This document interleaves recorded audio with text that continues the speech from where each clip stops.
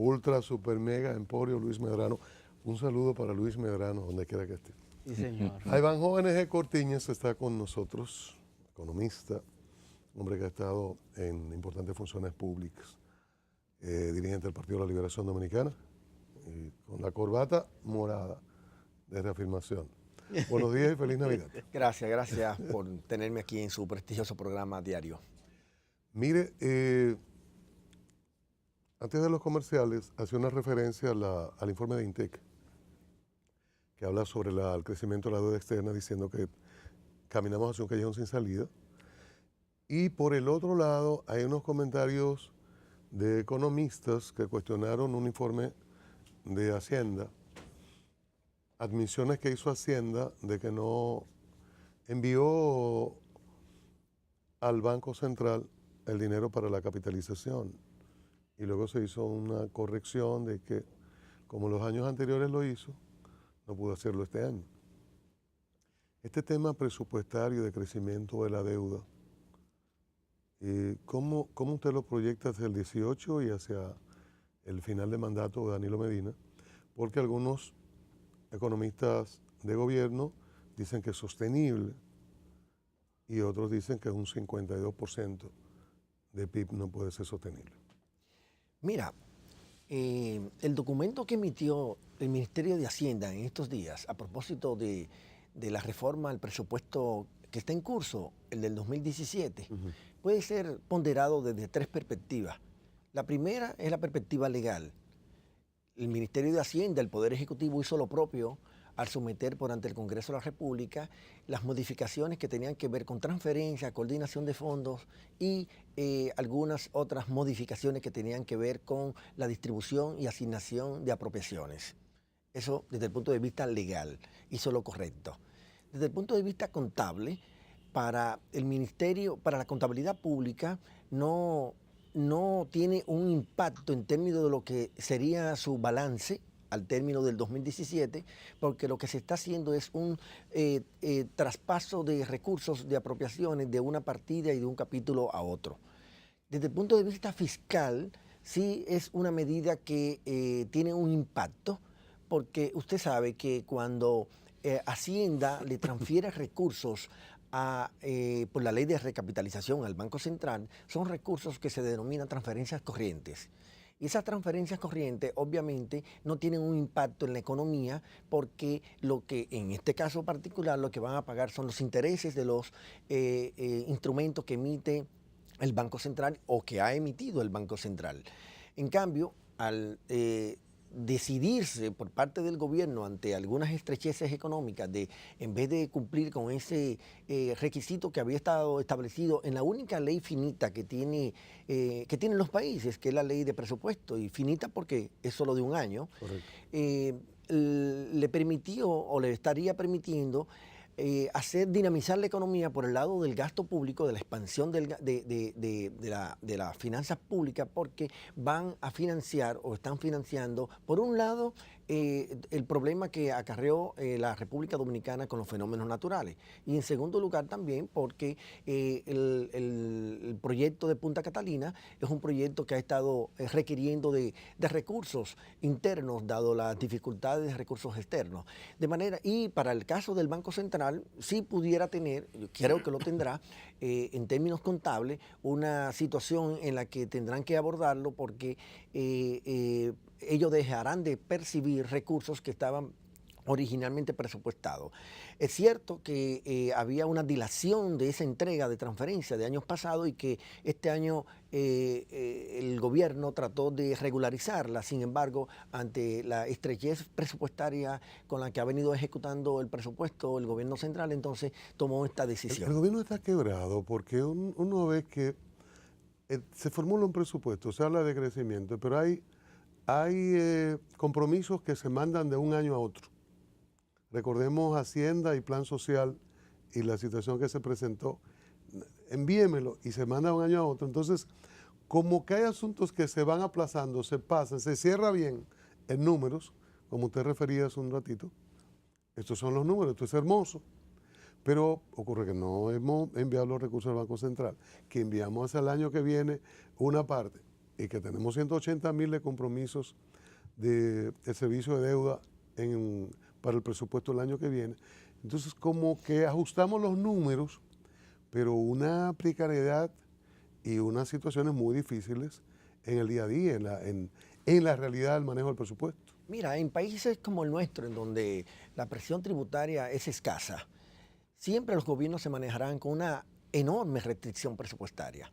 Y esa restricción presupuestaria es la que obliga a los gobiernos a manejar su tesorería anual conforme se desarrollen los acontecimientos. Esa es la razón por la cual los gobiernos, todos los gobiernos, no creo que haya uno que no lo haya hecho, que en forma frecuente haya tenido que hacer modificaciones presupuestarias del año en curso precisamente por ese problema de tesorería. Yo no creo que el gobierno esté quebrado.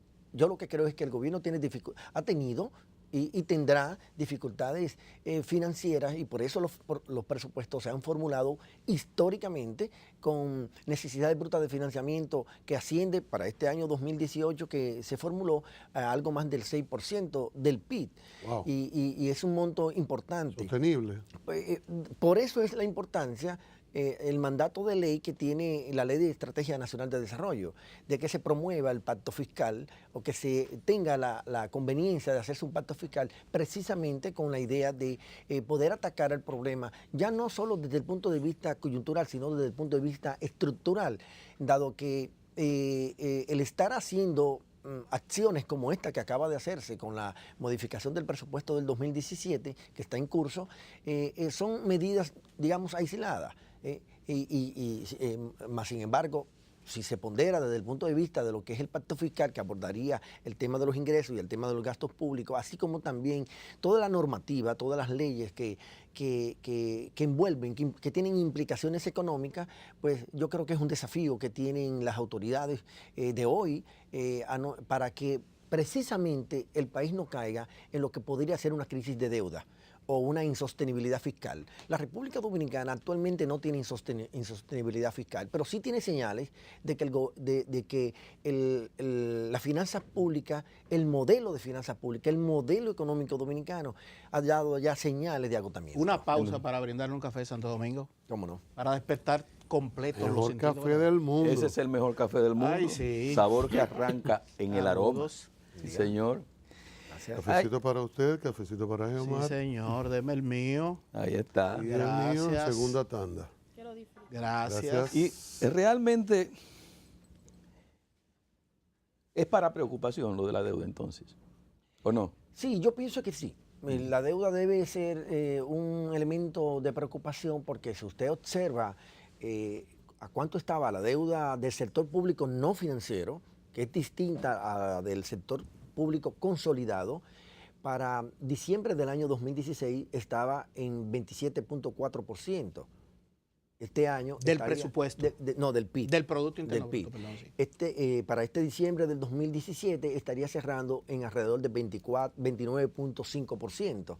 Eso quiere decir entonces que ha aumentado en términos relativos del PIB en algo alrededor del 2%, y en términos absolutos en más de 2.300 millones de dólares. Y obviamente... Es mucho en 2 años. Es mucho, y por eso es que estamos a tiempo para tratar de revertir esa situación, porque la carrera del endeudamiento no puede ser prolongada, insostenible, recurrente todos los años, porque socava la estabilidad de la finanza Hay un pública. tipo de endeudamiento que es positivo por el retorno de una obra, una hidroeléctrica, para lo que se utilice.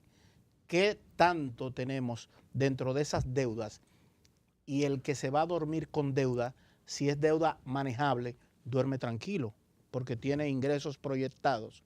Pero el que no tiene capacidad de pago, entonces no puede dormir. ¿Cómo estamos nosotros? Justo la razón por la cual, o una de las razones, porque probablemente hayan varias, una de las razones por la cual el país no ha entrado en crisis de deuda es porque el endeudamiento interno y el endeudamiento externo dominicano, o el endeudamiento total, se ha destinado esos recursos, esas fuentes de financiamiento, se ha destinado a proyectos de inversión, lo que hace que la deuda no sea pecaminosa, no sea de naturaleza diabólica, en el sentido de que cuando una deuda se contrae a los fines de invertirla en obras reproductivas, esto garantiza la sostenibilidad de su pago a lo largo del tiempo.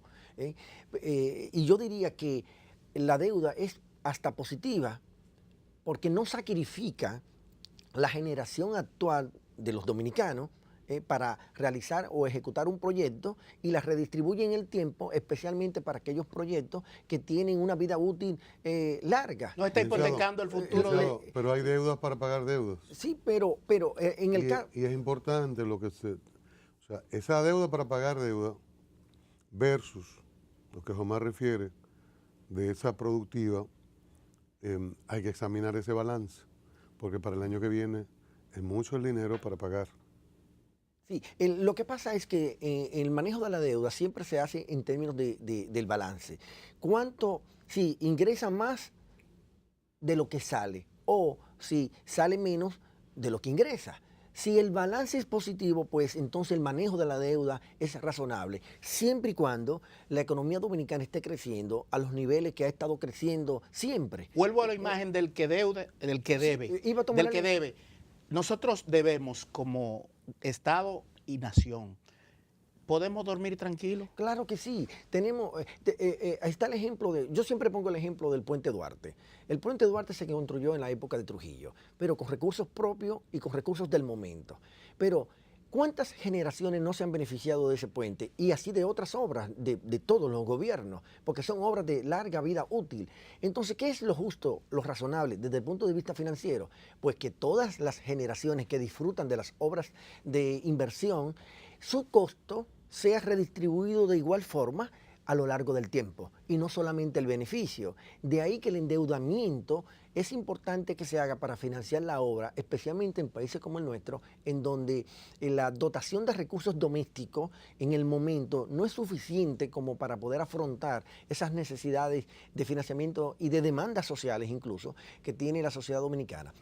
Yo creo que en términos del manejo de la deuda pública dominicana, tanto en términos de plazo, tanto en términos de tasa de interés, porque la tasa de interés de largo plazo ha ido desplazando la de corto plazo. El perfil de la deuda en cuanto a que la deuda interna ha ido ganando más espacio que la deuda externa también. El perfil de la deuda en cuanto a su calificación de riesgo hoy día es mejor que en el pasado. Entonces, esos indicadores te dan señal a ti de que no debe haber mayor preocupación que la de ser cauto. Pero perdón, y digo cauto en el usted sentido... usted dijo preocupación ahorita ante una pregunta de José Francisco. Sí, hay preocupación, o debe haber preocupación. Entonces ahora acaba de hacer una ponderación como que todo es... No, por eso digo... Como que todo es muy manejable. Y yo vuelvo al tema del presupuesto del 18. Si nosotros vamos a tener servicio de deuda completo, creo que son 180.000 millones. Y el presupuesto nuestro es de alrededor de 700.000. No puede haber tranquilidad.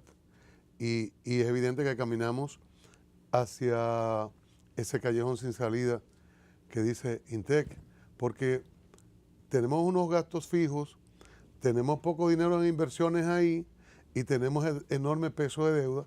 Entonces, es poco lo que se puede hacer. Un ejemplo de eso es que tenemos 5 años con 50 y tantos hospitales intervenidos. Bueno, ya se entregaron 14.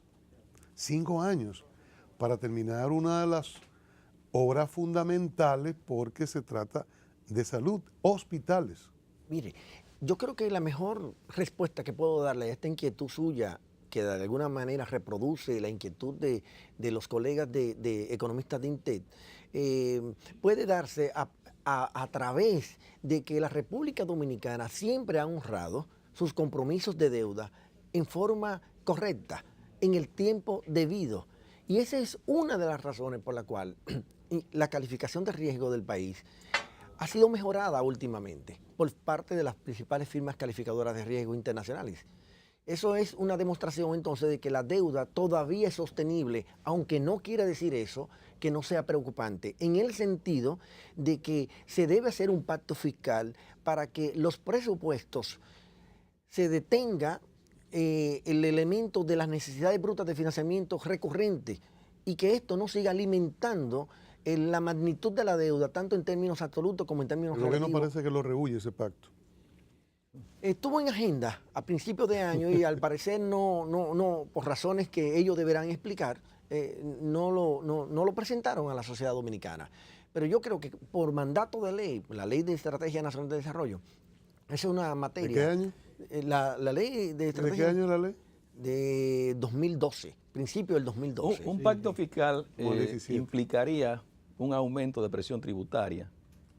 ¿Hacia dónde debería dirigirse eso? ¿Hacia cuáles sectores?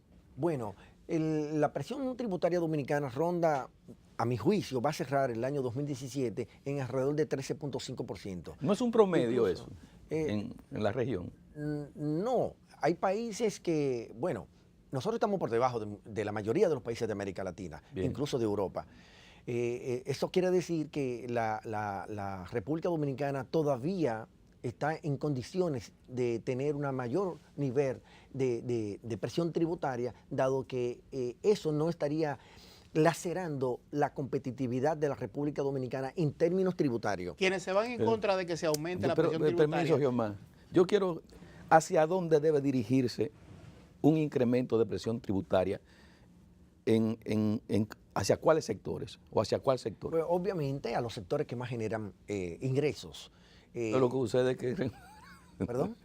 estamos en un país como que se mira para otro lado para aplicar presión tributaria. Bueno, porque normalmente, históricamente, las reformas han sido más regresivas que progresivas.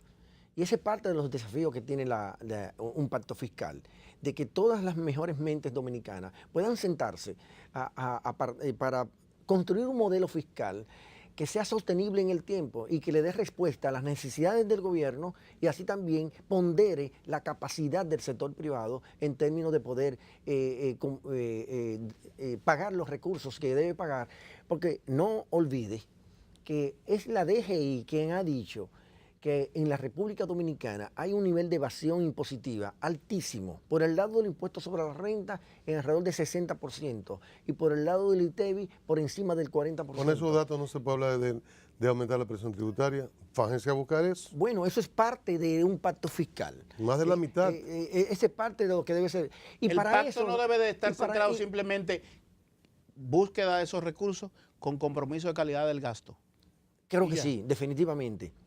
Pero esa mejoría en la recaudación no solamente es del orden administrativo, porque fíjate, en todos los gobiernos, los directores de las áreas de recaudación tienen las mejores intenciones de recaudar más, porque a quien que pongan ahí no va a querer recaudar más, si eso es parte de su haber.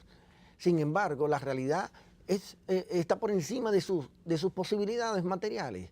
Entonces, ¿qué se requiere para eso? Se requiere de acciones coercitivas penales que hagan que la evasión fiscal, más que la ilusión, la evasión fiscal sea un delito penal, como lo existe en otros países, porque aquí se ha demostrado que la parte administrativa no es suficiente para aumentar la Eficientización del La cobro. eficientización no es suficiente. Y la simplificación también a Aunque, veces del pago. Obviamente, todos esos temas deben ser siempre materia de agenda, porque siempre habrá espacio para mejorar la eficiencia y siempre habrá espacio para la eficientización de la administración tributaria que antes de- incluso de la simplificación. Licenciado. En Estados Unidos se ha simplificado ahora mismo Sí, todo una el tema reforma. tributario. Yo creo que antes, a mí me parece que el gobierno ha evadido esta parte del pacto fiscal. E incluso han dicho, primero el eléctrico, que también entra, lo van a firmar toda la semana y no termina de hacerse, como que hace falta voluntad política en los dos niveles. Ahora, antes de hablar de aumento de presión tributaria, el gobierno debería decir, bueno, de 60 bajé a 30 o a 28, vamos ahora a la revisión. Porque es que no hay una justificación de plantear un aumento de presión tributaria. Cuando más de la mitad usted no lo puede tomar y eso no es imputable al contribuyente. Pero eso es una forma de aumentar la presión tributaria, cuando usted desmonta lo que es el tema de la evasión. Porque la No, que se evasión haga es así. Correcto. Correcto que se haga así. Y la evasión es un componente de la baja presión tributaria Porque uno lo que dominicana. ve es que se generaliza ITEVIS y que el arroz y todo. Entonces, óigame, usted me va a hacer eso Y me está diciendo que es una evasión de 60. Por eso es que hablo de que se debe dar un salto cualitativo en el nivel de penalización, pasar de la penalización administrativa a, a acciones penales que tengan que ver con cárcel, porque resulta que el ITEVI, que es un impuesto indirecto, el empresario cuando lo cobra es un recurso que no le corresponde. Es un recurso que le corresponde al Estado porque ya el contribuyente lo ha pagado. Lo roba, lo roba. Probablemente es la figura Cuando que cuando la economía marcha bien, la política marcha bien y todo anda bien, pero cuando viene primero crisis económica, crisis política y luego crisis social, ¿cómo estamos nosotros, su visión como el político que es? Para el 20, de cara al 20. PLD dividido, unido, sale del poder. Mira, bueno, yo parece creo que el que estuvo en el llegó al almuerzo, fin. el que estuvo, y yo estuve, en el almuerzo del lunes del Comité Central, pudo haberse dado cuenta de lo siguiente. Desde el punto de vista del lenguaje de los informáticos, los PLDistas tenemos un chip. Desde el punto de vista de los físicos, los PLDistas tenemos energía. Desde el punto de vista del lenguaje de la juventud, en ese escenario se sentía una vibra. Y desde el punto de vista del lenguaje coloquial, se pudo percibir el sentimiento unitario que tiene el liderazgo del Partido de la Liberación Desde el Dominicana. punto de vista izquierdista, ¿había camaradería? Por supuesto. Le digo que el común denominador de lo que aconteció en el almuerzo del lunes pasado. Sin Danilo ahí. Sin Danilo ahí, porque Danilo nunca ha ido a ese almuerzo. Como presidente. Porque recuérdate que es una actividad que hace la dirección del partido al resto Y de los otros integrantes. otros 14 Pero habían miembros del comité político no fueron. se presentaron excusas de varios, pero hasta en las reuniones formales del comité político siempre faltan algunos. 2, 3, 15. De manera que, pero el entusiasmo que prevaleció en este encuentro, yo creo que es un adelanto. Se resolvieron los problemas. No, sí hay diferencias, pero qué bueno que hayan diferencias. Porque esa diferencia es lo que hace que las organizaciones se dinamicen, que las organizaciones se reinventen. El PLD está obligado, más que por, o más bien, el PLD está obligado tanto por sentimientos como por ideología a preservar la unidad. Y yo creo que Danilo Medina, el presidente de la República, Leonel Fernández, el presidente del partido y es el presidente de la República, está muy consciente, a ellos no hay que darle clase, de el peso histórico que ellos cargan para llevar la administración del PLD hacia el 2020 en términos Y partidarios. de las unidos, persecuciones que se desatan luego que los partidos salen del poder. Esa es una mayor conciencia. Es un elemento a tomar en cuenta siempre. No lo voy a menospreciar. Pero en el caso, digamos, de Leonel Fernández, Leonel ha dado más que demostración. Tanto cuando fue sustituido por otro partido como cuando entregó dentro del mismo partido, de que Leonel no es un hombre de retaliación política.